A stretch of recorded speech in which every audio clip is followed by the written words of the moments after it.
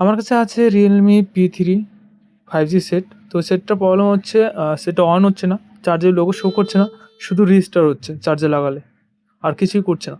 তো এটাই ঠিক করেছি আমি, তো তোমাদেরকে দেখাবো। আর যদি ফুল ভিডিও দেখতে চাও তো চ্যানেলে রয়েছে। তো এর সমস্যা আমি চেক করেছি, ব্যাটারি থেকে সমস্যা দিচ্ছে। ঠিক আছে, চলো তোমাদেরকে দেখিয়ে দিচ্ছি।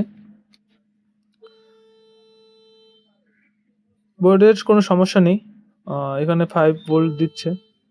ঠিক আছে, চার্জের কোনো সমস্যা নেই। তো এখানে যেটা ফিউজ থাকে সেটা শর্ট আছে, এটাও প্রবলেম না। ঠিক আছে, চলো আমাদের টোটাল যে আউটপুটের ভোল্টেজটা সেটা কম আছে, তোমাদেরকে দেখাচ্ছি। ঠিক আছে, মেন ভোল্টেজ 4 আছে, 4 4.1, আর আউটপুট দিচ্ছে 1.92।